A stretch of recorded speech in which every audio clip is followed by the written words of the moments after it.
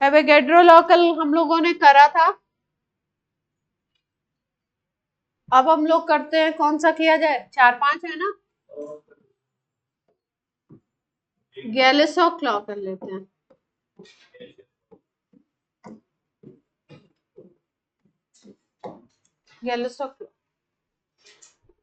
गैलिसॉक law क्या कहता है, टेम्परेचर प्रेशर अगर कांस्टेंट है, इसमें भी GAY, टेम्परेचर और प्रेशर अगर कांस्टेंट रखते हो आप, और रिएक्टेंट और प्रोडक्ट दोनों आपके गैसेस हैं, reactant and product are gases,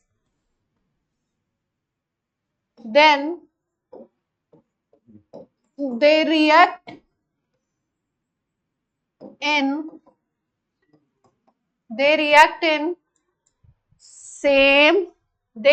in simple whole number ratio, ये रिएक्ट होते हैं सिंपल होल नंबर रेशियो में, और इनका जो रेशियो होता है वो किसमें, सिंपल होल नंबर रेशियो किसमें होगा, वॉल्यूम में। Temperature and pressure are constant, reactant and products are gases, then they react in simple whole number ratio. Consider किया इन्होंने वॉल्यूम को, वॉल्यूम के रेशियो को देखना चाहते हैं। एग्जाम्पल लेते हैं, फिर आपको बात समझ में आएगी। जैसे मान लीजिए H2 और Cl2 आपस में रिएक्ट कर रहे हैं, HCl बना रहे हैं, है ना। तो गैलिसॉक लॉ के अकॉर्डिंग अगर ये at constant temperature and pressure आप रिएक्शन देख रहे हो, और देखते हो आप यहाँ पे स्टोइकोमेट्रिक कोएफिशिएंट 1 है, यहाँ पे भी क्या है 1, यहाँ पे क्या है स्टोइकोमेट्रिक कोएफिशिएंट 2, तो आप देखोगे कि इनके जो वॉल्यूम का रिलेशन होगा वो क्या होगा। अगर मान लो ये 1 लीटर है तो ये भी 1 लीटर यूज होगी, और ये कितना बनेगी 2 लीटर। गैलिसॉक ने कहा कि रिएक्टेंट प्रोडक्ट सभी अगर गैसेस हैं, कांस्टेंट टेम्परेचर प्रेशर है, तो इनके जो वॉल्यूम होंगे उनके बीच में क्या होगा, सिंपल होल नंबर रेशियो होगा, 1:2, ये रेशियो। स्टोइकोमेट्रिक कोएफिशिएंट के अकॉर्डिंग ये लगाएंगे।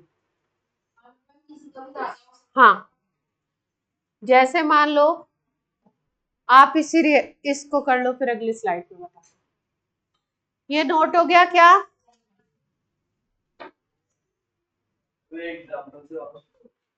H2 plus Cl2 gives 2HCl, hydrogen का स्टोइकोमेट्रिक कोएफिशिएंट 1, क्लोरीन का 1, HCl का क्या है 2। तो जो स्टोइकोमेट्रिक कोएफिशिएंट है उसी के अकॉर्डिंग वॉल्यूम उनका रिएक्ट करेगा, और उसी के अकॉर्डिंग क्या बनेगा प्रोडक्ट, कहाँ ब्रैकेट में, at constant temperature and pressure, at constant temperature and pressure TNP।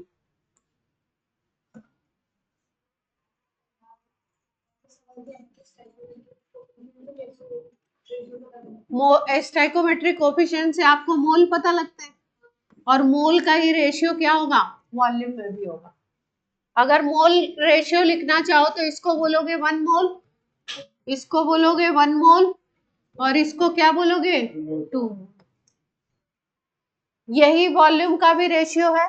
अगर इसको x लीटर बोलते हो तो इसको भी x लीटर बोलना पड़ेगा, और इसको कितना बनेगा ये 2x लीटर डबल। अगर ये मान लो x ml है तो ये भी x ml होगा, और ये कितना होगा डबल 2x ml, ठीक है। जैसे मान लो इसी रिएक्शन में आपसे बोले कि हाइड्रोजन आपने ले लिया है 0.5 लीटर, तो क्लोरीन कितनी यूज होगी और HCl कितना बनेगा, तो आप क्या बोलोगे, इस रिएक्शन के अकॉर्डिंग अगर देखना है तो जितना हाइड्रोजन यूज हो रहा है उतना ही Cl2 भी यूज होगा, तो क्लोरीन कितना हो जाएगा 0.5 लीटर। और जितना हाइड्रोजन और क्लोरीन यूज हो रहे हैं उनका डबल क्या हो रहा है, डबल बन रहा है HCl, तो 2 का मल्टीप्लाई हो जाएगा 1 लीटर। क्लियर है बात? कुछ कठिन नहीं है इसमें, एकदम इजी है। तो बिल्कुल इजी है, तो इसमें ज्यादा आपको दिमाग पे ज्यादा जोर नहीं डालना है। एक्स्ट्रा इसमें कुछ नहीं है जो आपको ब्रेन लगाना पड़े। जो मोल का रेशियो वही वॉल्यूम का रेशियो लेंगे। हो गया?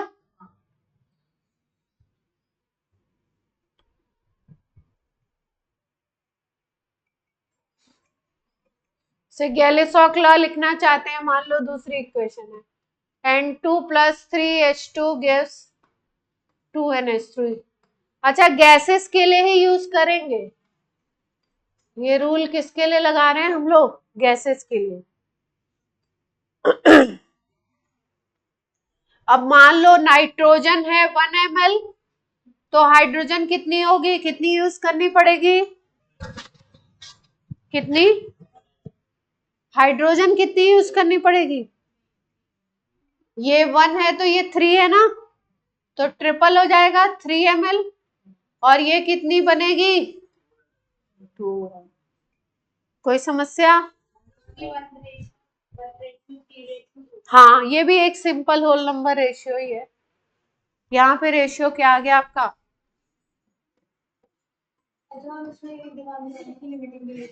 हाँ वो सब कुछ नहीं है, बैलेंस रिएक्शन लिखी हुई है आपको इसके अकॉर्डिंग 1:3:2।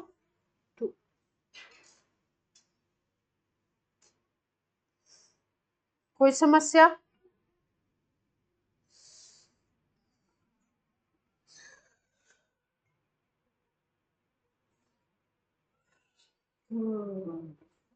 चलिए, तो सवाल कर लें गैलिसॉक लॉ पे।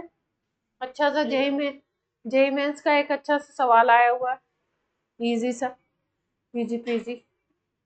गैलिसॉक लॉ इजीएस्ट टॉपिक है।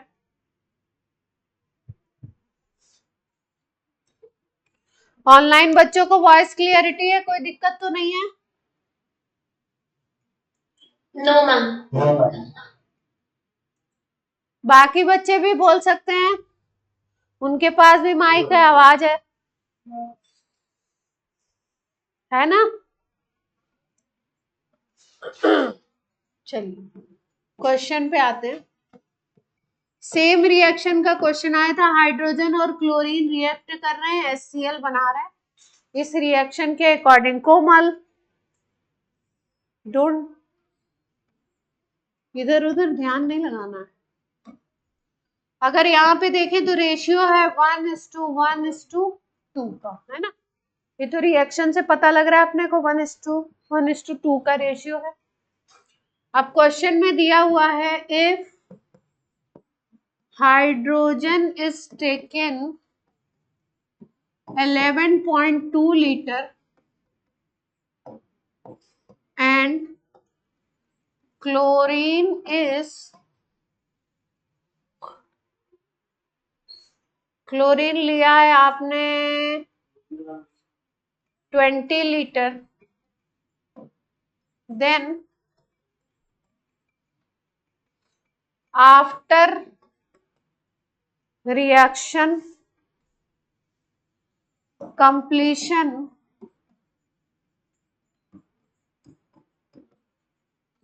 gases present in which amount, ये गैसेस जब रिएक्शन हो जाएगा तो किस अमाउंट में होंगी।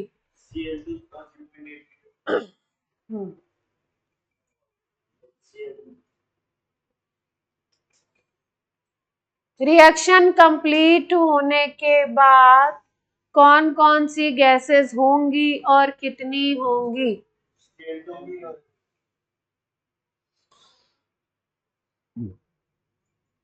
आराम से सोचिए और थोड़ा सा आधा मिनट सोच के आंसर दीजिए। ऑनलाइन ऑफलाइन बोथ, कोई भी दे सकता है आंसर।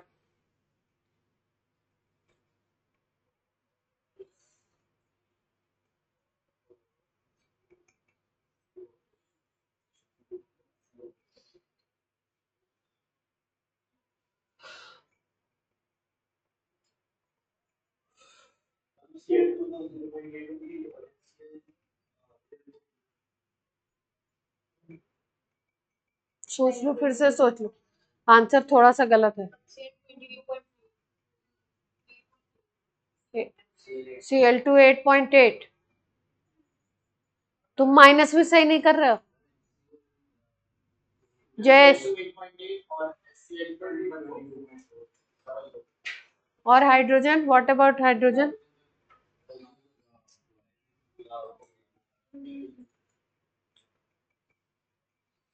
ऑनलाइन बताएं आंसर।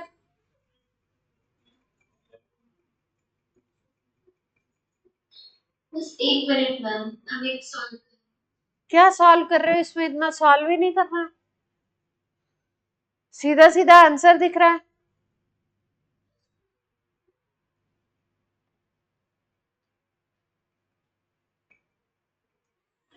कोई बताना चाहता है?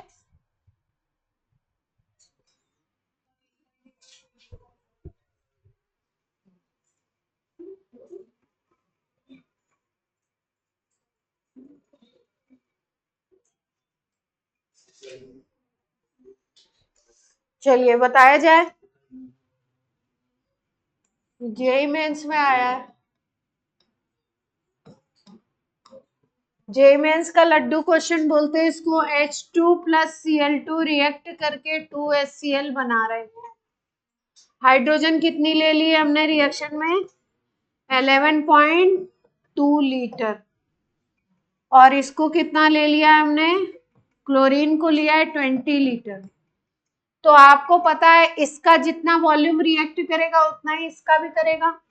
तो अगर 11.2 लीटर खत्म होता है हाइड्रोजन का, तो 11.2 लीटर किसका खत्म होगा? क्लोरीन का। 11.2 लीटर हाइड्रोजन का खत्म हो रहा है, तो 11.2 लीटर किसका खत्म होगा? क्लोरीन का। तो ये अमाउंट तो खत्म हो गया रिएक्शन करने पे। अब HCl कितना बनेगा? HCl जितने ये खत्म होंगे उतना इसका डबल बनेगा, यानी कि बन गया 11.2 का डबल 22.4 लीटर HCl प्रोड्यूस्ड। तो HCl बन गया 22.4 लीटर। तो रिएक्शन के बाद ये मिलेगा आपको। और दूसरा, हाइड्रोजन तो पूरी खत्म हो गई, क्लोरीन 20 लीटर था, तो क्लोरीन बचा रहेगा। रिएक्शन के बाद भी रिमेनिंग 20 माइनस 11.2 करेंगे तो कितना आ जाएगा? 8.8 लीटर। ठीक है। तो अगर क्वेश्चन में ऑप्शन आपको देते हैं तो आंसर में अगर तीनों गैसेस के लिए लिखा है तो आप क्या लिखोगे? हाइड्रोजन कितना है? 0। क्लोरीन कितना है? 8.8 लीटर आफ्टर रिएक्शन। और HCl कितना है? 22.4 लीटर। सबको बात क्लियर हुई क्या? ऑनलाइन?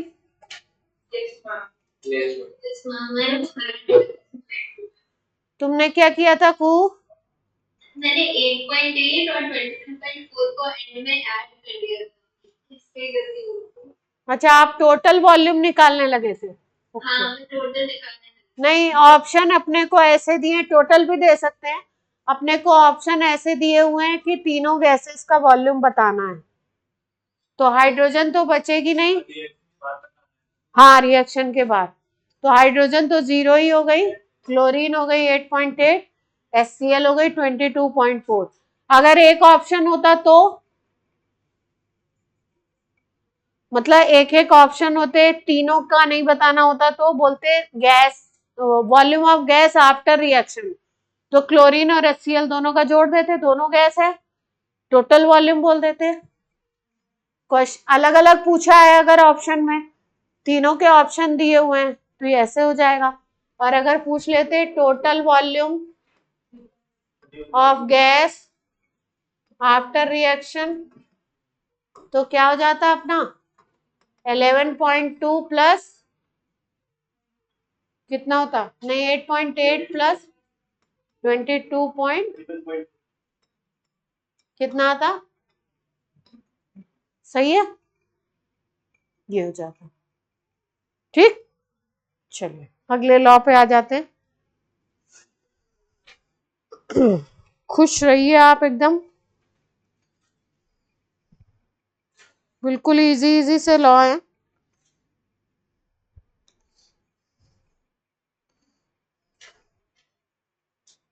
इजी लॉ मैं इसलिए बोल रही हूँ क्योंकि इसमें जितना बताया जाए उतना ही सोचना है। कुछ चीजें होती हैं जितना बताया जाए उससे एक्स्ट्रा आप सोचिए, उसके आसपास और चीजें कंडीशन सोचिए। इसमें जितना बताया गया उतना ही सोचिए, इतना वॉल्यूम है, इतना वॉल्यूम है, उसका डबल ही।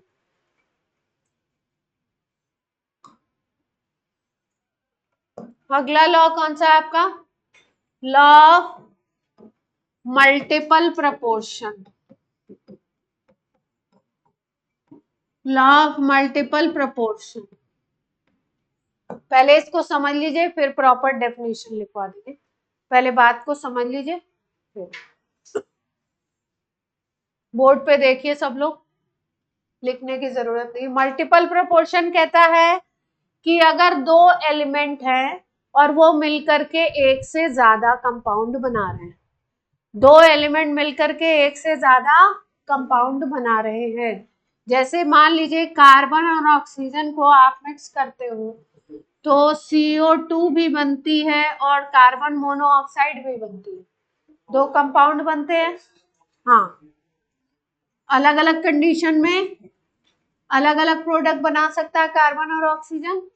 तो कार्बन और ऑक्सीजन मिलकर के एक कंडीशन में CO2 बना रहे हैं और एक कंडीशन में CO बना रहे हैं, ठीक है। अगर दोनों के 1 1 मोल लेते हो, अगर मास का रिलेशन निकालें हम लोग, तो इसमें 12 ग्राम कार्बन है और ऑक्सीजन कितना है? 32 ग्राम ऑक्सीजन है। इसमें 12 ग्राम कार्बन है, इसको O ही लिख देते हैं, और 16 ग्राम क्या है आपका? ऑक्सीजन एलिमेंट है ना। तो मल्टीपल प्रपोर्शन का रूल बोलता है कि अगर एक दो एलिमेंट आपस में मिलके एक से ज्यादा कंपाउंड बना रहे हैं, अगर उसमें एक एलिमेंट का मास फिक्स कर दिया जाए, जैसे अगर हम इसमें कार्बन के मास को देखें तो 12 इसमें भी है, 12 इसमें भी है, यानी कि इसके मास को हमने क्या ले लिया? फिक्स ले लिया।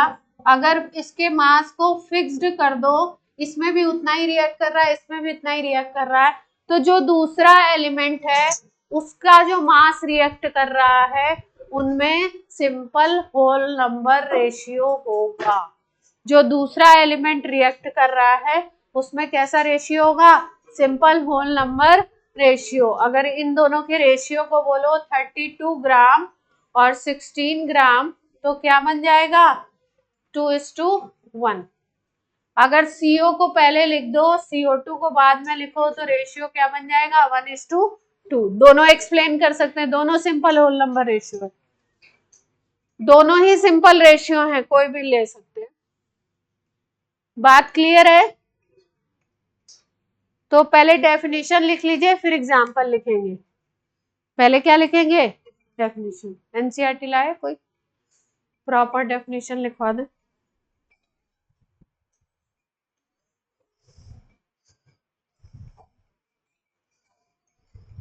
प्रॉपर डेफिनेशन इसलिए आपको पता होनी चाहिए, कभी एग्जाम वगैरह में आ जाए या कभी ऑप्शंस में आ जाए, 4 लॉ लिख दिए, ये कौन सा ये कौन सा, तो आप बता ही नहीं पाओगे अगर प्रॉपर पता नहीं है। तो इसमें है भी कि नहीं?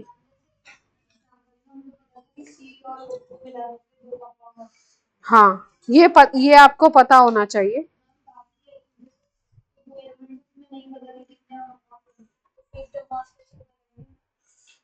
पता तो करना ही पड़ेगा अगर वो एग्जाम्पल ले रहे तो। आपको सब्जेक्टिव क्वेश्चन है तो एग्जाम्पल, एक और एग्जाम्पल बताते हैं उसमें सिखाते हैं फिर से। हाँ, CO इज कार्बन मोनोऑक्साइड। ये लिख कौन रहा है? मैंने बोला नहीं लिखना है ना, पहले डेफिनेशन लिखेंगे फिर एग्जाम्पल लिखेंगे ना, उल्टा थोड़ी चलेंगे। डेफिनेशन लिख लो। If two elements can combine, if two elements can combine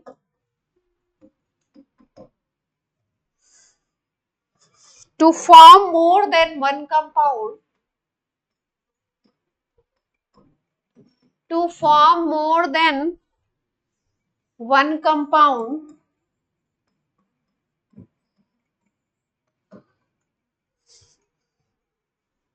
the masses of one element, masses of one element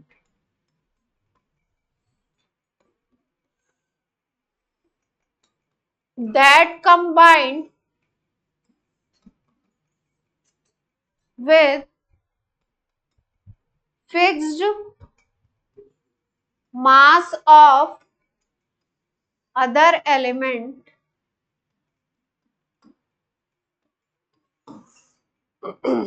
are in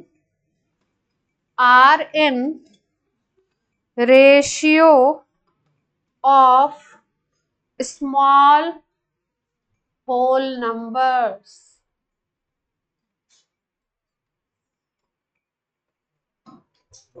एक एलिमेंट का मास फिक्स कर दो तो दूसरे एलिमेंट का मास जो होगा, जो रिएक्ट कर रहा होगा, उसमें क्या होगा, सिंपल होल नंबर रेशियो मिलेगा आपको।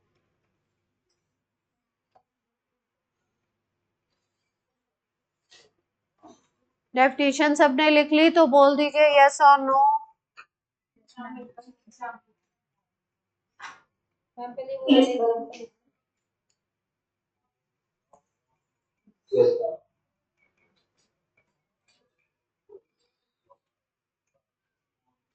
ऑनलाइन हो गया, ऑफलाइन हो गया, डेफिनेशन लिख ली, यस मैम। ऑफलाइन। चलिए एग्जाम्पल पे आ जाते हैं। CO और CO2 वाला एग्जाम्पल लिख लीजिए। इसमें दो एलिमेंट के बारे में बात करी गई है। यहाँ पे दो एलिमेंट लिए हमने, कार्बन और ऑक्सीजन।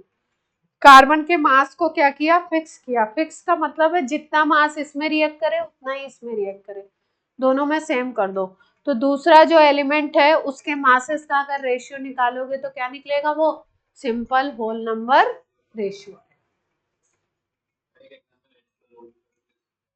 हाँ, दो और समझाएंगे।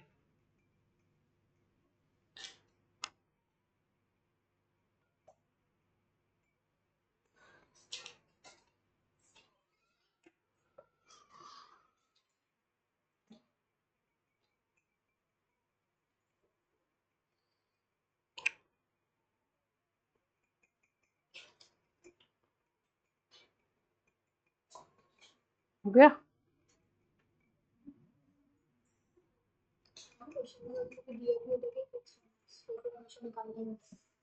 नहीं, डेटा देंगे आपको, प्रूफ करवाएंगे, डेटा देके प्रूफ करवाएंगे। ये एग्जांपल नोट कर लिया।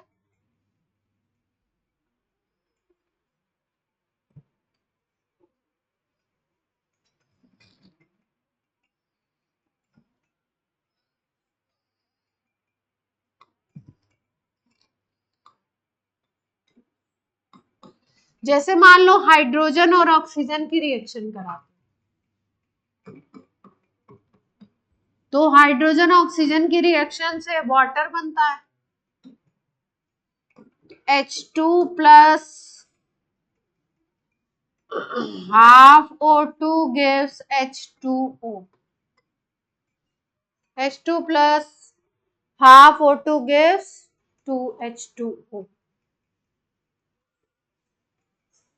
अगर हम लोग हाइड्रोजन ऑक्सीजन के रिएक्शन से दूसरा कंपाउंड बनाना चाहे तो दूसरा एक कंपाउंड होता है hydrogen plus oxygen is equal to, एक कंपाउंड होता है hydrogen peroxide, hydrogen peroxide, hydrogen peroxide.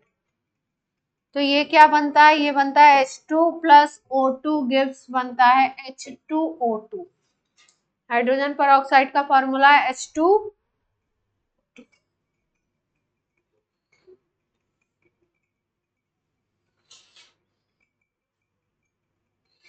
एक बार क्या बना आपका,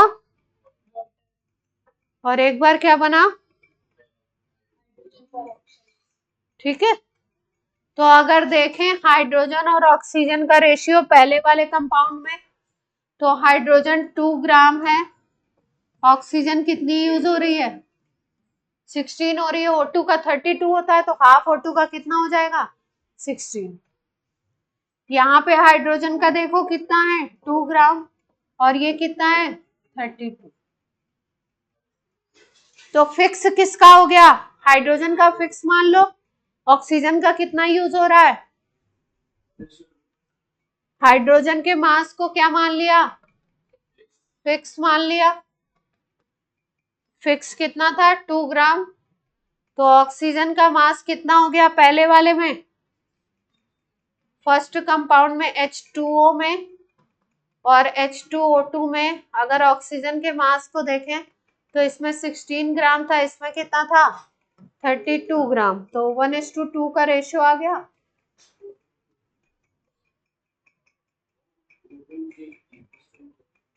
हाँ, O2 के इक्वल्स टू ये O के इक्वल्स टू,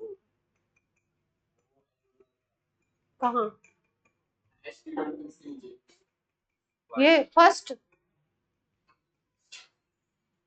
क्या लिखा मैंने, O2 को फर्स्ट क्यों लिख दिया, अच्छा ऐसा कुछ बोल रहे थे क्या,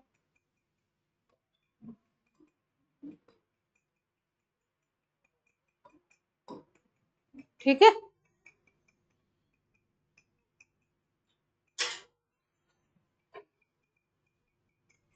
ये किसकी कॉपी है,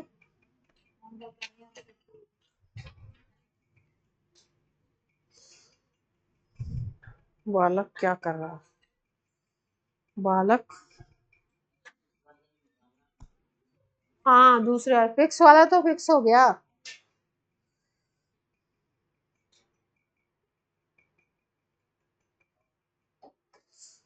फिक्स वाला तो फिक्स हो गया ना।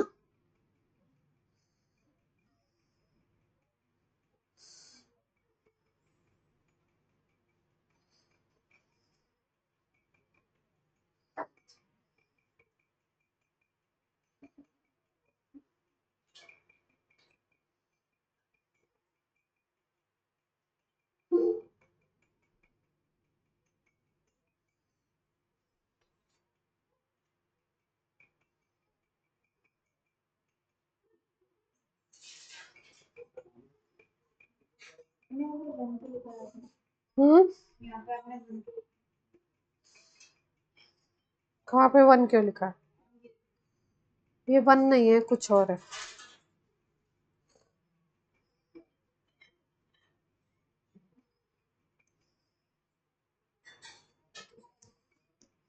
क्वेश्चन बना रहे हो, चलो एक और एग्जांपल ले लेते हैं। एक एग्जांपल से और समझ लो मल्टीपल प्रोपोर्शन को।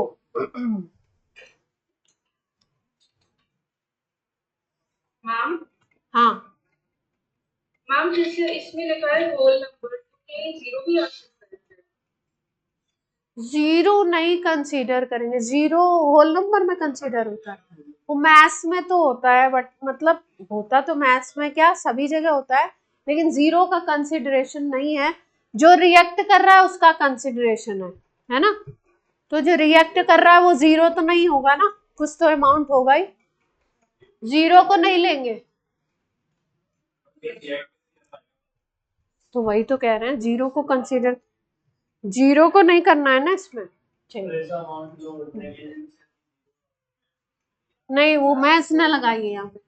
नाइट्रोजन ऑक्सीजन रिएक्ट करके 5 ऑक्साइड बनाते हैं, नाइट्रोजन और ऑक्सीजन के 5 ऑक्साइड हैं। नाइट्रोजन ऑक्सीजन के कितने ऑक्साइड हैं, 5। कौन कौन से, N2O, NO, और हो गया आपका N2O3, और हो गया आपका NO2, और हो गया N2O5, ठीक है। हाँ, अब नाइट्रोजन को फिक्स करेंगे हम लोग और ऑक्सीजन में रेशियो देखेंगे, ठीक है। तो देखिए ध्यान से, रेशियो लिखना शुरू करते हैं। नाइट्रोजन और ऑक्सीजन का रेशियो लिख रहे हैं। देखिए पहले में देखिए क्या हो रहा है, 28 रेशियो कितना हो गया 16। दूसरे वाले में कितना हो गया 14 रेशियो 16। तीसरे वाले में कितना हो गया 28 रेशियो 48। तीसरे वाले में कितना हो गया 14 रेशियो, चौथे वाले में 28 रेशियो कितना आ गया 80, है ना। अब ध्यान से देखो, अगर नाइट्रोजन को फिक्स करना चाहते हो तो सब जगह 28 है, तो ऐसा करो कि जहां पे 28 नहीं है वहां पे दोनों में 2 से मल्टीप्लाई कर दो, रेशियो वही रहेगा। अगर एक नंबर से मल्टीप्लाई करते हो तो रेशियो तो वही रहेगा सेम टू सेम। तो इसको क्या लिख सकते हो 2 से मल्टीप्लाई करके 28:32, और ये वाला कितना हो जाएगा 28 कितना हो जाएगा 64। एक को फिक्स करना चाहते थे हम लोग, है ना, तो 14 वाले को भी क्या बना लिया 28 बना लिया 2 से मल्टीप्लाई करके, तो दूसरे वाले में भी 2 से मल्टीप्लाई होगा। तो अब देखो फिक्स हो गया है 28 28 28 28 28, है ना। तो सब में नाइट्रोजन को फिक्स कर दिया, ऑक्सीजन के अमाउंट को देखो, सब में नाइट्रोजन को क्या किया फिक्स कर दिया, कितना ले लिया 28 ग्राम अगर ले लेते हो तो ऑक्सीजन का अमाउंट पहले वाले में कितना आ रहा है 16, दूसरे वाले में 32, तीसरे वाले में 48, चौथे वाले में 64, पांचवे वाले में 80। देख पा रहे हैं 16 से डिवाइड करने तो रेशियो निकालने तो आता ही आप लोग को। बात समझ में आ गई क्या। दो एलिमेंट है nitrogen and oxygen, they react and form 5 oxide. कितने ऑक्साइड बनाता है ये 5 बनाता है।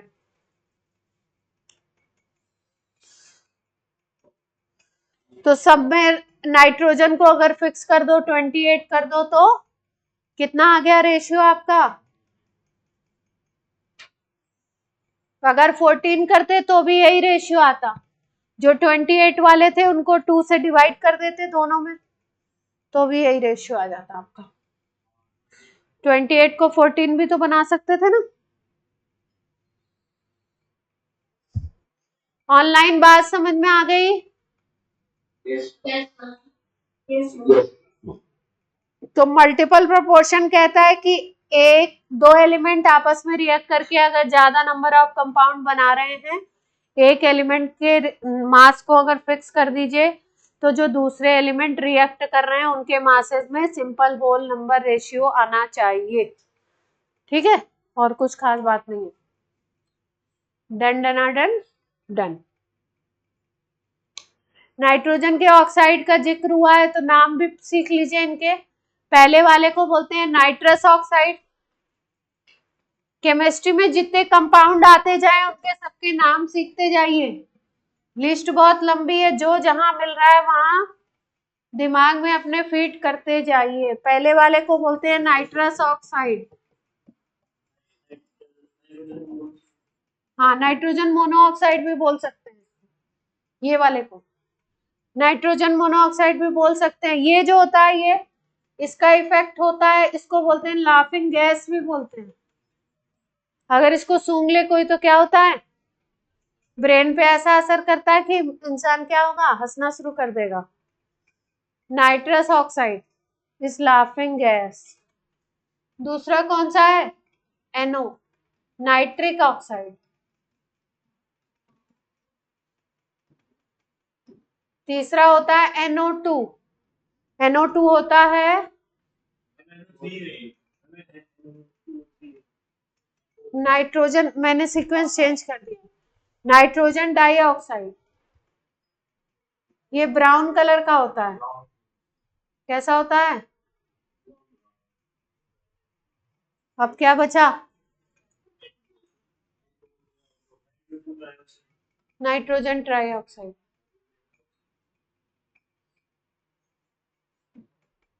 N2O3। N2O3 को नाइट्रोजन ट्राइऑक्साइड भी बोलते हैं और कोई कोई बुक्स डाई नाइट्रोजन ट्राइऑक्साइड भी बोलती है, चलेगा। डाई नाइट्रोजन इसलिए बोल देते हैं 2 नाइट्रोजन, पर ज्यादा बुक्स बोलती है नाइट्रोजन ट्राइऑक्साइड, ट्राइऑक्साइड। N2O5 को बोलेंगे नाइट्रोजन पेंटा। नाम क्लियर है सबको?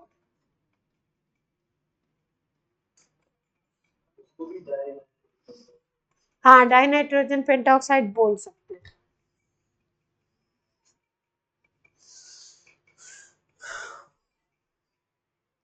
बोल दे तो बोल दे, हम उनको गलत नहीं प्रूव कर सकते। डाई नाइट्रोजन पेंटाऑक्साइड तो है ही।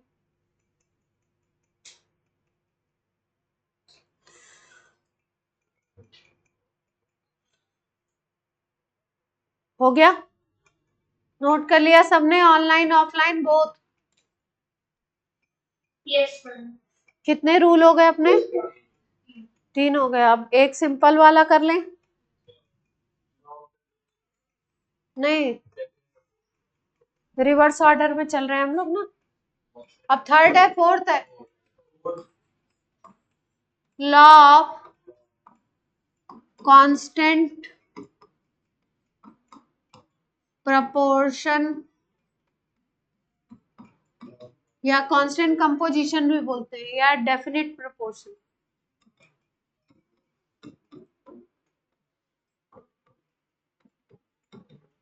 लॉ ऑफ डेफिनेट प्रपोर्शन, जैसा कि वर्ड से, जैसा कि आपको नाम से पता लग रहा है, डेफिनेट प्रपोर्शन बोलते हैं इस लॉ में। अगर कोई कंपाउंड बना हुआ है हाइड्रोजन और ऑक्सीजन से और उसको आप बोलते हो पानी, क्या बोलते हो? वाटर बोलते हो। अगर तो वाटर में हाइड्रोजन और ऑक्सीजन के मासेस का जो रेशियो होगा वो 1:8 होगा। चाहे वो हाइड्रोजन और ऑक्सीजन को कंबाइन करके वाटर बनाया गया हो या किसी और प्रोसेस से बनाया गया हो। वाटर अगर बनाया गया है, वाटर का सैंपल आप यहाँ पे लैब में बनाइए, वाटर का सैंपल आप उत्तर प्रदेश से लेके आइए, वाटर का सैंपल आप आउट ऑफ कंट्री से लेके आइए। अगर आपने उस केमिकल को बोला है वाटर, तो उसमें हाइड्रोजन और ऑक्सीजन का रेशियो क्या होगा? फिक्स होगा, 1:8 का ही रेशियो होगा मास में। हाँ, नहीं, मास रेशियो की बात कर रहा है। अगर मास रेशियो चेंज करोगे तो compound will be change. Mass ratio change करोगे तो compound will be change. Compound की डेफिनेशन ही ये बताई जाती है कि कंपाउंड जो होते हैं वो 2 या 2 से ज्यादा एलिमेंट से बनते हैं और उनमें उन एलिमेंट के मासेस का फिक्स रेशियो होता है। अगर रेशियो चेंज कर रहे हो तो कंपाउंड क्या हो जाएगा? चेंज हो जाएगा। यानी कि पानी का अगर सैंपल है तो चाहे लैब में बनाओ चाहे किसी मेथड से आप पानी बनाओ, उसमें हाइड्रोजन ऑक्सीजन का रेशियो क्या होगा? 1:, फिक्स होगा 1:8। कार्बन और ऑक्सीजन से बने हुए ऑक्साइड को अगर कार्बन डाइऑक्साइड कहते हो तो उसमें क्या आ जाएगा रेशियो? 3:8 या 3:4? कार्बन डाइऑक्साइड की बात कर रही हूँ। चलो डेफिनेशन लिखो, फिर एग्जांपल करते हैं 2-3। लॉ ऑफ कांस्टेंट प्रोपोर्शन कहता है कि in any compound element have fixed mass ratio. किसी कंपाउंड में एलिमेंट का फिक्स्ड मास रेशियो होता है, यही है लॉ ऑफ कांस्टेंट प्रोपोर्शन या लॉ ऑफ डेफिनेट प्रोपोर्शन या law of constant composition. Definite composition, constant composition भी बोलते हैं। ठीक है?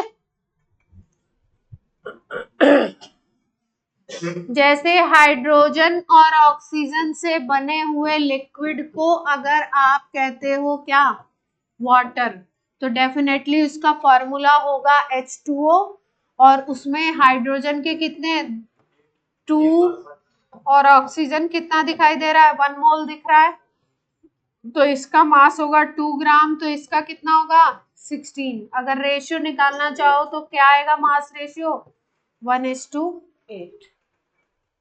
हाइड्रोजन ऑक्सीजन से बना हुआ कंपाउंड अगर वाटर है तो उसका रेशियो क्या आएगा 1:8, चाहे वो कैसे भी बनाया गया हो, कहीं से भी लाया गया हो।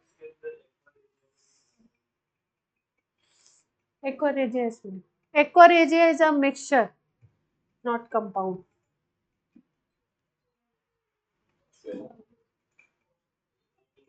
कार्बन और ऑक्सीजन से बना हुआ कंपाउंड अगर CO2 कह रहे हो, उसको कार्बन डाइऑक्साइड कह रहे हो, तो रेशियो क्या मिलेगा कार्बन और ऑक्सीजन का, कार्बन हो गया 12 ग्राम और ऑक्सीजन कितना हो जाएगा 32, तो कितना आ जाएगा 4 से डिवाइड करेंगे तो रेशियो 3:8। रेशियो चेंज तो compound will be change. Ratio 3:4 कर देंगे तो क्या बन जाएगा CO, carbon monoxide. Ratio change compound change, कहाँ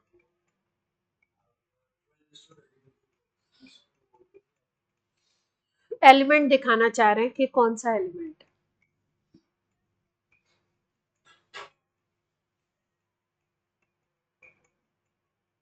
ठीक है।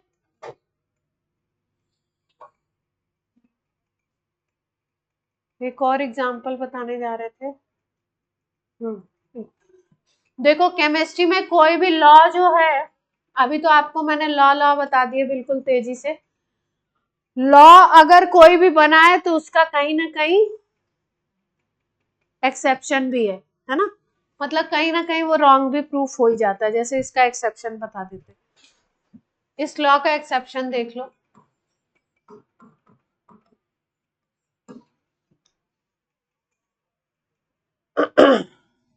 एक कंपाउंड है CH2O, या इसको लिखते हैं SCHO, इसका नाम है फॉर्मल्डिहाइड। क्या नाम है इसका, फॉर्मल्डिहाइड। अगर इसमें कार्बन, हाइड्रोजन और ऑक्सीजन के मासेस का रेशियो देखते हैं तो कार्बन होता है 12 ग्राम, हाइड्रोजन 2, ऑक्सीजन 16। तो अगर रेशियो निकालोगे तो कितना आ जाएगा आपका, रेशियो कितना आ जाएगा 4 से डिवाइड कर सकते हैं या 2 से कर दो 6,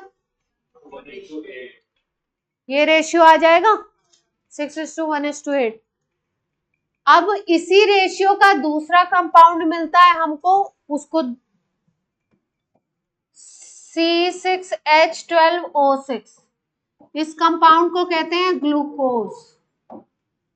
इसमें रेशियो देखते हैं, कार्बन, हाइड्रोजन और ऑक्सीजन का देखो, कार्बन हो गया,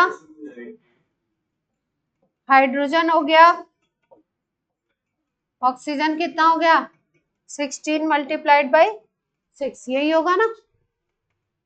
सिंपल रेशियो निकालने के लिए किससे डिवाइड कर दें, 6 से कर दें।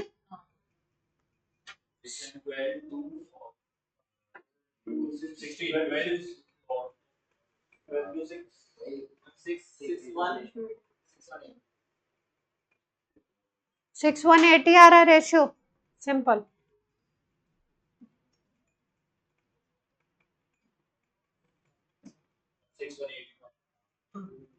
देखो रेशियो पहले वाले कंपाउंड में भी 618 था और 618 दूसरे वाले में भी था।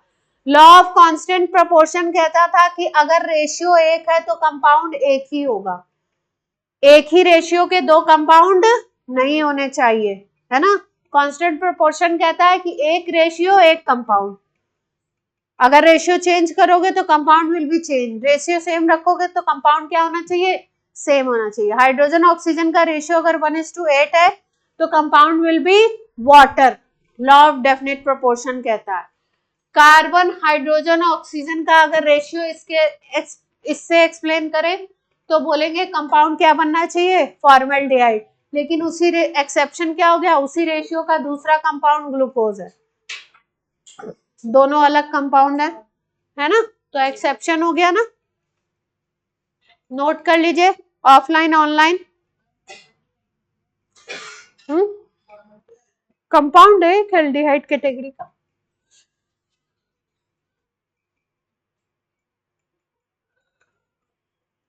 हर नियम का क्या होता है, एक एक्सेप्शन निकल के चला आता है कि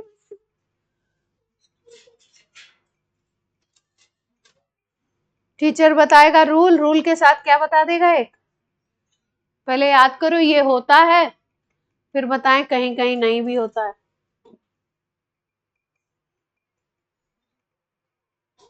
नोट कर लिए बच्चा पार्टी।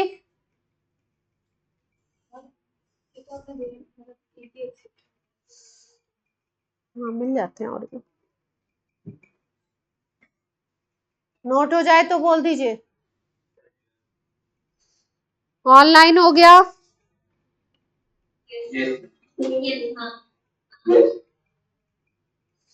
चलो अब पहला लॉ कर लेते हैं, इजी वाला। कौन सा है वो, ये फोर्थ था, अब फिफ्थ पे आते हैं। Law of conservation of mass, इसका भी एक्सेप्शन करेंगे। लॉ ऑफ कंजर्वेशन ऑफ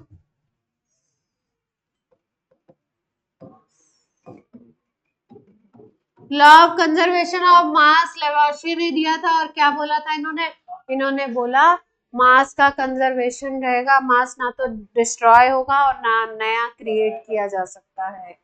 यानी कि किसी भी रिएक्शन में मास क्या रहता है, कांस्टेंट रहता है, जितना रिएक्टेंट रिएक्ट कर रहा है उतना ही मास एग्जैक्टली प्रोडक्ट का बन जाएगा, है ना। तो क्या लिखें, लिख देते हैं, चलो लिख लेते हैं।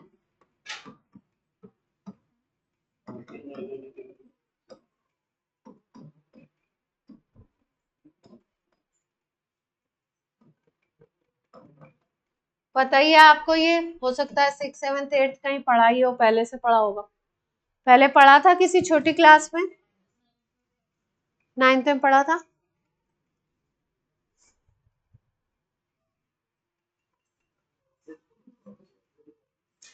ऑनलाइन बच्चों आप लोग भी बोला करिए, नहीं तो ऑनलाइन अलग चलता है, ऑफलाइन अलग चलती है क्लास, है ना। एक तो वीडियो ऑन नहीं रहता है, तो आप लोग आउट ऑफ टच हो जाते हो बीच में। और क्या लिख सकते हो, और क्या लिखते हैं, in a reaction total mass of reactant is equal to total mass of product। कोई समस्या, कोई इस बेसिस पे क्वेश्चन आएगा छोटू मोटू तो कर लेंगे। दो रिएक्टेंट दे रखे हैं, एक प्रोडक्ट दे रखा है, एक प्रोडक्ट बताना है, बता लेंगे। एक्सेप्शन भी बता देते हैं। मान लो ए और बी रिएक्ट करके बना रहे हैं सी एंड डी, तो mass of A plus mass of B is equal to mass of C plus mass of D.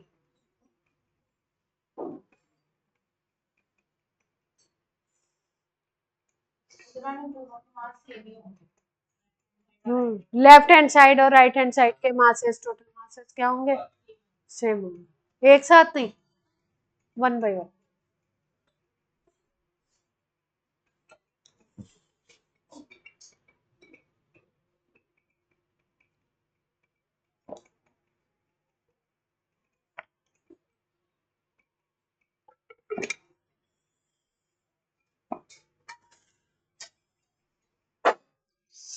ठीक है, सारे मासेस हो गए, सारे लॉज हो गए मासेस में।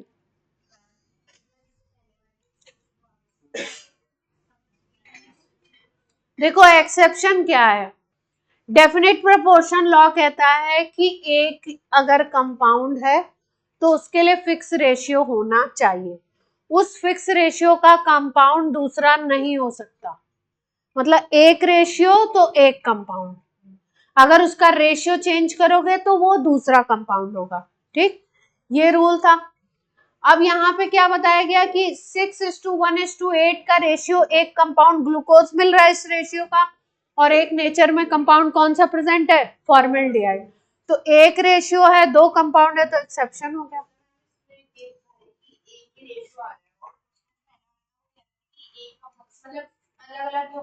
हाँ, अगर कंपाउंड डिफरेंट है तो रेशियो अलग होना चाहिए, ये रूल कहता है। अलग अलग कंपाउंड के सेम रेशियो, इसलिए बात हो गई एक्सेप्ट।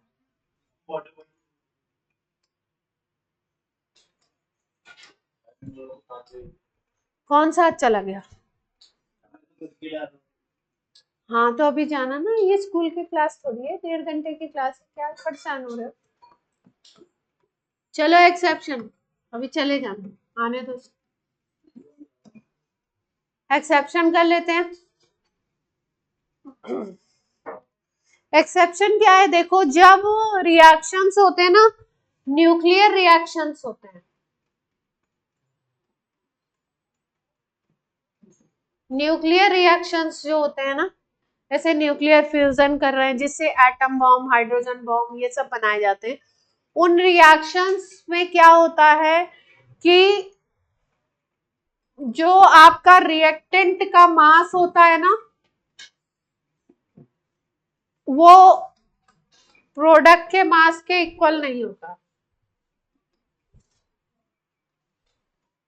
जो रिएक्टेंट का मास होगा ना, उसमें से कुछ मास कन्वर्ट हो जाता है एनर्जी में, एनर्जी के फॉर्मेट में निकल जाता है ना।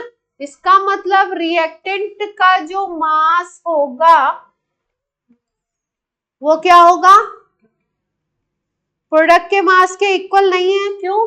रिएक्टेंट का जो मास है उसमें से कुछ मास तो प्रोडक्ट बना लेगा और कुछ मास क्या हो जाएगा, मतलब ज्यादा अमाउंट तो प्रोडक्ट में ही कन्वर्ट होगा, पर थोड़ा सा अमाउंट जो होगा वो अलग से एनर्जी के फॉर्म में निकलेगा, और वो जो मास एनर्जी बनाएगा, एनर्जी के फॉर्मेट में निकलेगा, उसको हम लोग कहते हैं मास डिफेक्ट।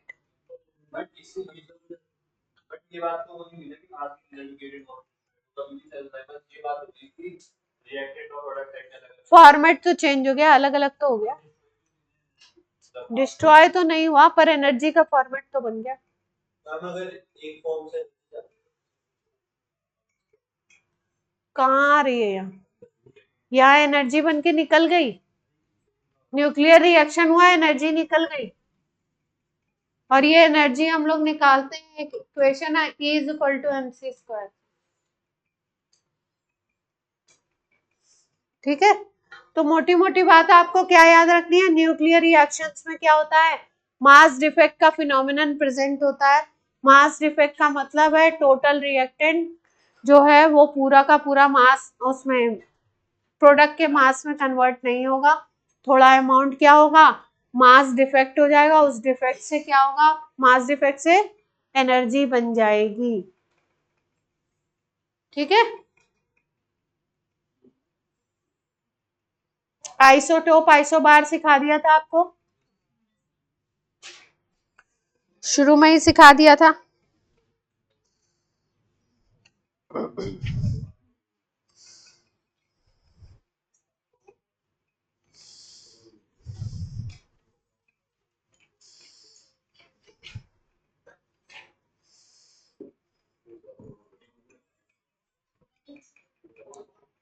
नोट कर लिया सबने, अगले टॉपिक पे चले। यस यस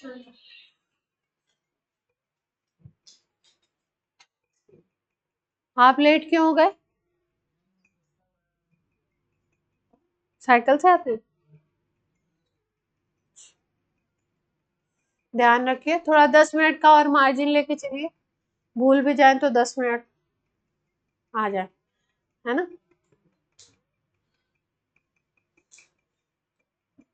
क्लास में 10 मिनट पहले पहुंच जाइए, बैठ जाइए, थोड़ा सांस ले लीजिए, रिलैक्स कर लीजिए, है ना।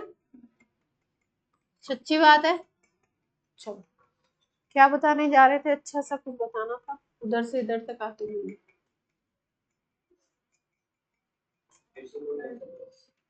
एवरेज एटॉमिक मास निकालना सिखा रहे हैं आपको। एवरेज एटॉमिक मास कब निकालना पड़ता है? अगर आइसोटोप्स हैं किसी कंपाउंड के, किसी एलिमेंट के, अगर आइसोटोप हैं और उन आइसोटोप्स के अलग अलग परसेंटेज हैं। मान लीजिए हाइड्रोजन के 3 आइसोटोप हैं, प्रोटियम, ड्यूटेरियम और ट्राइटियम। तीनों का अलग अलग नेचर में अलग अलग परसेंटेज है। तो हाइड्रोजन और उनके अलग अलग मासेस हैं तीनों आइसोटोप के। अब उनका एवरेज अगर एटॉमिक मास हमें लेना है हाइड्रोजन का, तो उसका क्या फॉर्मूला है, कैसे हम लोग निकालेंगे?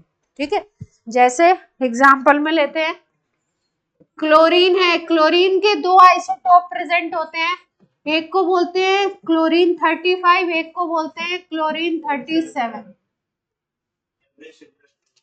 ठीक है, क्लोरीन 35 है, एक को क्या बोलते हैं, क्लोरीन 37। ऐसे लिखते हैं 17Cl35, 17Cl37। तो एक का एटॉमिक मास 35, दूसरे का एटॉमिक मास 37। ठीक है, अगर अब एवरेज एटॉमिक मास निकालना है किसी भी एलिमेंट का, तो क्या करते हैं, फर्स्ट आइसोटोप का जो परसेंटेज होता है, नेचर में कितना परसेंटेज है, मल्टीप्लाइड बाय फर्स्ट आइसोटोप का मास प्लस सेकेंड आइसोटोप का percentage multiplied by second isotope का मास डिवाइडेड बाय 100। इससे क्या निकल जाएगा, एवरेज एटॉमिक मास।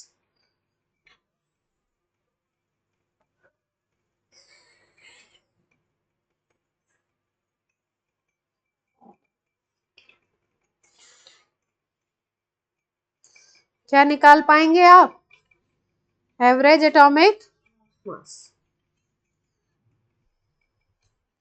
क्वेश्चन करेंगे, चलिए अब इस पे क्वेश्चन करिए।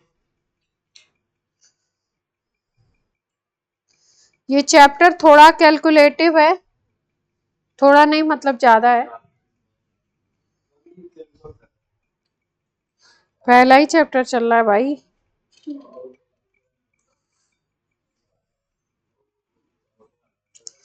खत्म हो गया है अप्रॉक्स चैप्टर, अप्रॉक्स तो खत्म है।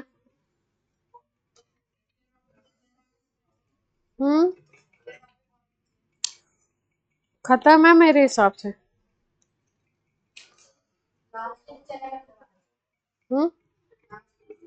नहीं, एक और करा देंगे।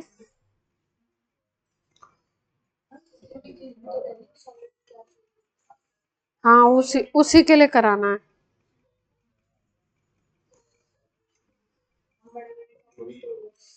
इस फॉर्मूला पे बेस्ड क्वेश्चन कर लेंगे। कुछ रिएक्शन वाले क्वेश्चन करा देते हैं आपको, कुछ रिएक्शन वाले करा देते हैं बढ़िया से। केमिस्ट्री क्या है, क्या है केमिस्ट्री, जल्दी से बताइए। बेसिकली केमिकल सब्सटेंसेस के आपस में किस तरीके से रिएक्शन हो रहे हैं, कितना उनका वॉल्यूम प्रोड्यूस हो रहा है, कितना उनका मास प्रोड्यूस हो रहा है, कितना। केमिस्ट्री बेसिकली एक्सपेरिमेंट है ना, बेसिकली क्या है, ये एक्सपेरिमेंट है। तो डिफरेंट केमिकल रिएक्शंस के एस्पेक्ट में डिफरेंट डिफरेंट तरीके के क्या पूछे जाते हैं आपसे, क्वेश्चन। चलिए अच्छा सा सवाल करते हैं, बहुत ही सस्ता, सुंदर, टिकाऊ। टिकाऊ का मतलब समझते हैं? हाँ बच्चों, टिकाऊ का मतलब समझते हैं? टिकाऊ मैं क्यों बोलती हूँ? सस्ता इसलिए बोलती हूँ कि इजी वे में करेंगे। सुंदर इसलिए बोलती हूँ क्योंकि जेईई मेंस में आया हुआ है तो वैसा आ सकता है। और टिकाऊ इसलिए बोलती हूँ कि कॉन्सेप्ट भी आ जाएगा आपको और पहले भी आया है और आगे भी रिपीट हो सकता है। क्वेश्चन रिपीट होते हैं। चलिए, इक्वेशन दे रखी है 3PbCl2 plus 2NH4 whole thrice PO4। एक कंपाउंड लेड क्लोराइड है, दूसरा है अमोनियम फॉस्फेट। हाँ, ये दोनों रिएक्ट करके बनाते हैं Pb3PO4 whole twice plus 6NH4Cl। ये रिएक्शन दिया हुआ है। ठीक है भाई, दे दिया। बोल रहे हैं if 72 millimole of PbCl2, last में लिख लेते हैं डेटा 72 मिलीमोल, ऐसे लिखा हुआ एम मोल। एम मोल का मतलब millimole. 72 millimole of PbCl2 is mixed with 50 millimole of NH4 whole thrice PO4। Ammonium phosphate के 50 मिलीमोल से मिक्स किया जाता है। देन अमाउंट ऑफ, क्या बताना है आपको? अमाउंट बताना है आपको लेड फॉस्फेट का कितना बनेगा, कितना प्रोड्यूस होगा। ये 72 मिलीमोल लिया है, ये 50 मिलीमोल लिया है, तो आपसे पूछा है कितना अमाउंट इसका बनेगा। मिलीमोल में पूछा गया कितने मिलीमोल बनेंगे।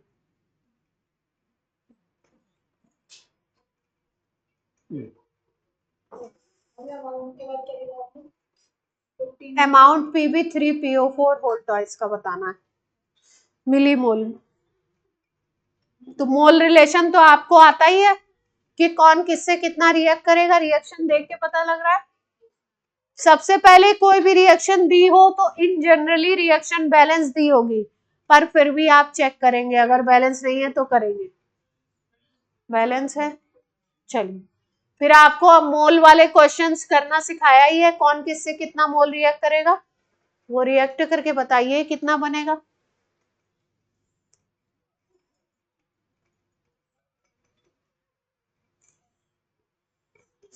पहले सब लोग अपनी कॉपी में मोल रिलेशन लिखिए। मोल रिलेशन का मतलब कौन कितना रिएक्ट करेगा, कौन कितना बनेगा। सब लोग लिखिए। स्टोइकोमेट्रिक कोएफिशिएंट लिखे हुए हैं यहाँ पे, उसके अकॉर्डिंग लिखिए सब लोग। ये इसमें 3, इसमें 2, इसमें 1, इसमें, चलिए लिख दीजिए नीचे इसके इक्वेशन के कौन कितना बनेगा।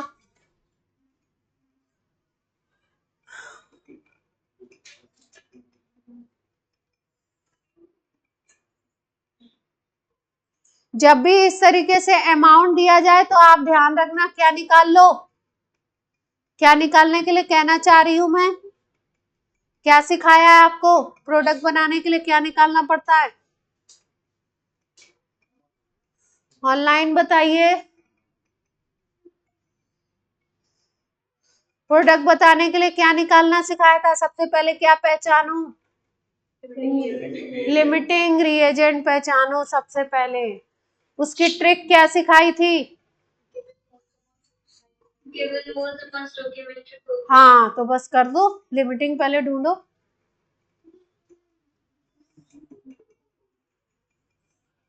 मिलीमोल्स दिए है ना, चलेगा आंसर, क्योंकि मिलीमोल में निकालना है तो मोल्स की जगह मिलीमोल्स ले लो।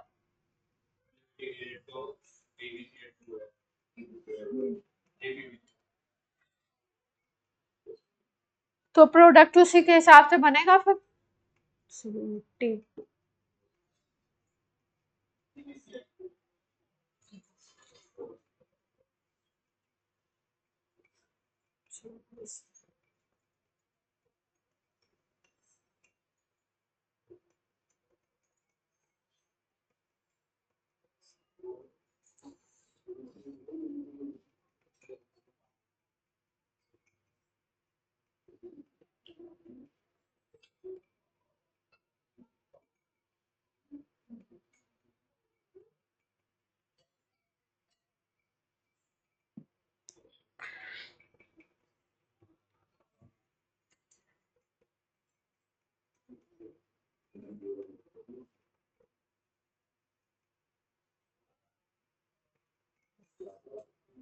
1 मिनट है आपके पास, आप करिए, नहीं तो मैं बताऊंगा।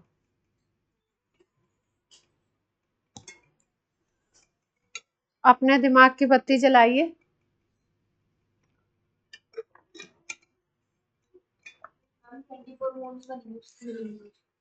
24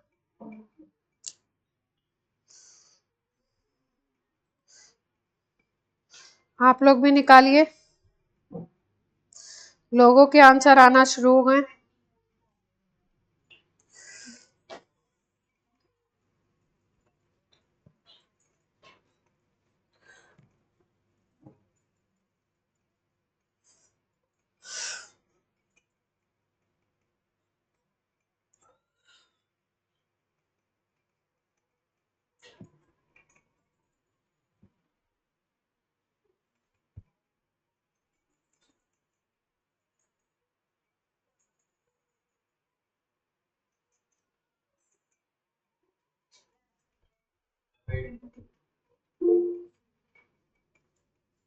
ट्वेंटी फोर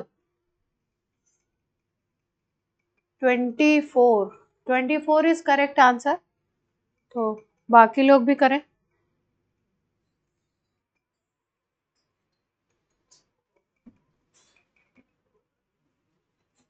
बताया जाए, बताएं।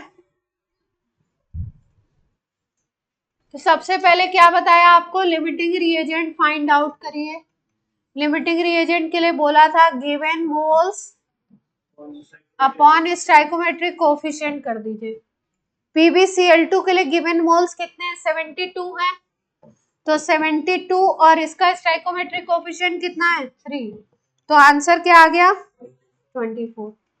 अब अमोनियम फॉस्फेट के लिए गिवन मोल्स कितने हैं, 50 और इसका कोफिशिएंट कितना है, 2। तो आंसर कितना आ गया, 25। आपको सिखाया था जिसमें ये नंबर छोटा आएगा वही क्या होगा, लिमिटिंग रिएजेंट। यानी कि ये छोटा नंबर है तो ये क्या हो गया आपका, लिमिटिंग रिएजेंट। तो ये बन गया लिमिटिंग रिएजेंट। तो प्रोडक्ट किसके हिसाब से बनेगा, इसी के हिसाब से बनेगा, है ना।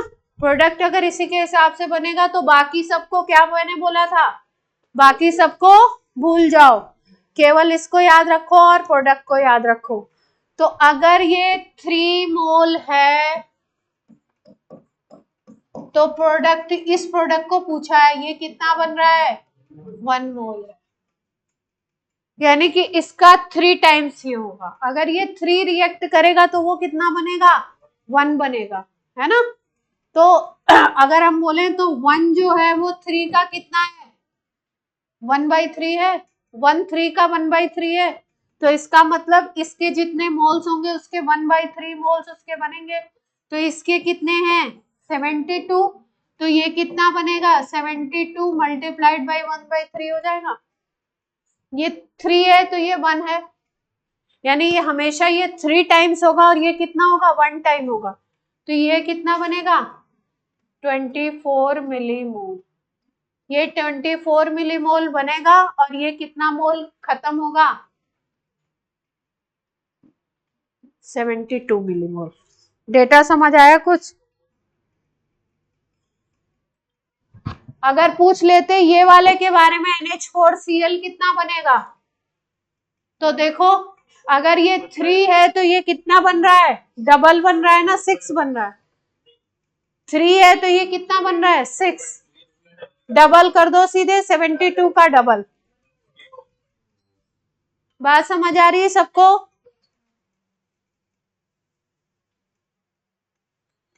कर लेंगे, करिए।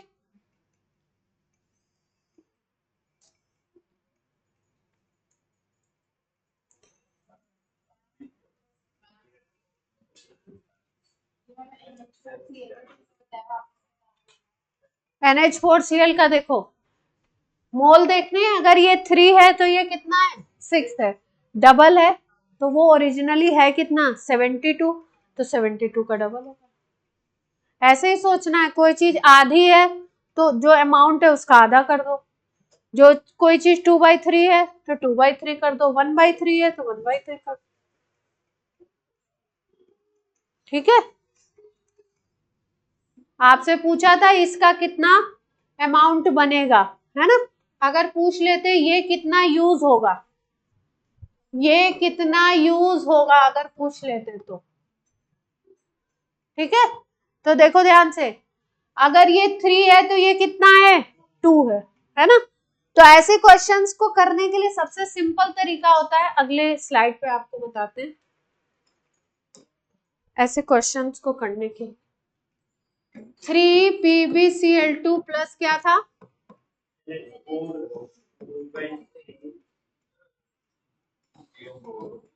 ये था ना, ये 3 थे, क्या बना था अपने पास 6NH4Cl प्लस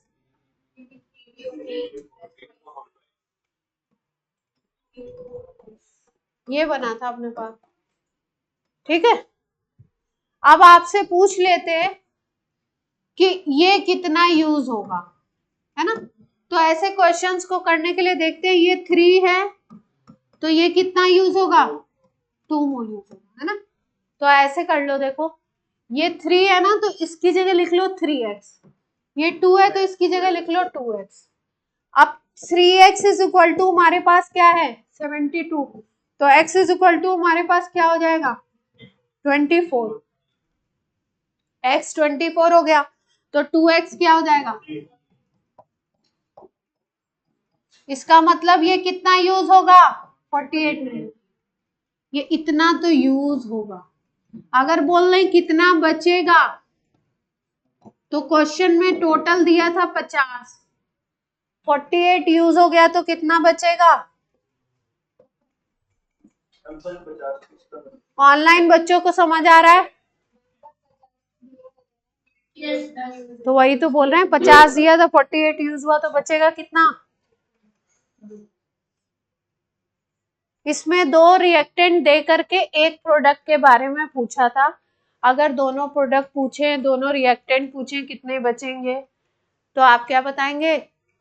PbCl2 पूछे कितना बचेगा, PbCl2 तो पूरा यूज हो रहा है, लिमिटिंग रिएजेंट हमेशा क्या होता है पूरा खत्म हो जाता है, ठीक है। खुश हैं आप,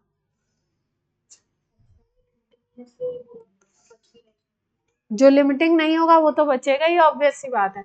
एक अगर लिमिटिंग है तो दूसरा क्या होगा एक्सेस, है ना, तो एक्सेस वाला क्या होगा आपका बचेगा ही बचेगा।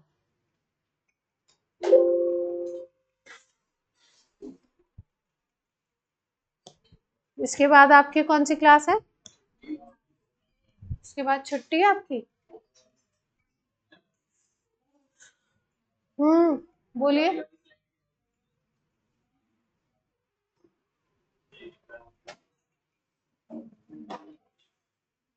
एक होमवर्क क्वेश्चन ले लीजिए,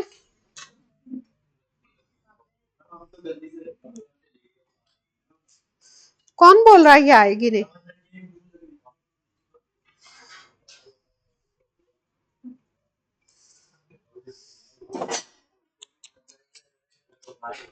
चलो लास्ट क्वेश्चन नोट करो, घर से करके लाना, करवा चुके हैं आपको ये क्वेश्चन। एक सैंपल है प्यारा सा,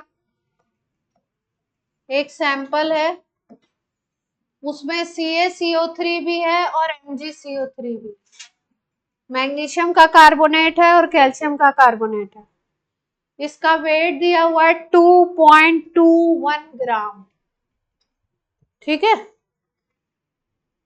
केमिस्ट्री में मास वेट सेम होता है, फिजिक्स में मास वेट अलग होता है, तो परेशान ना होइएगा, इतने ग्राम है।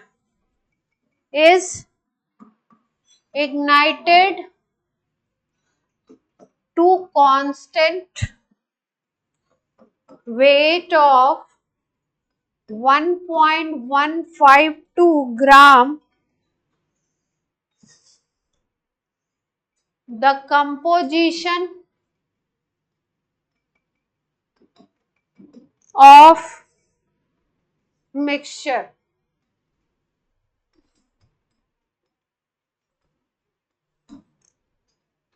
बोल रहे हैं ये जो सैंपल है इसमें 2 कार्बोनेट है ना, तो दोनों मिक्सचर का क्या कंपोजिशन है, कौन कितने ग्राम है।